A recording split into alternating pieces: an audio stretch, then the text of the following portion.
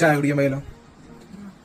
ഈ അങ്ങാടി കവലയിൽ ചങ്ങാതി പറവകൾ ചിറകടിച്ചുയരുകയായി. സുൽത്താൻമാരിനി നമ്മൾ സൽക്കാരം ഒരുക്കുമ്പോൾ സുവർഗം ഇങ്ങരികിൽ വരും. മണ്ണും മിന്നും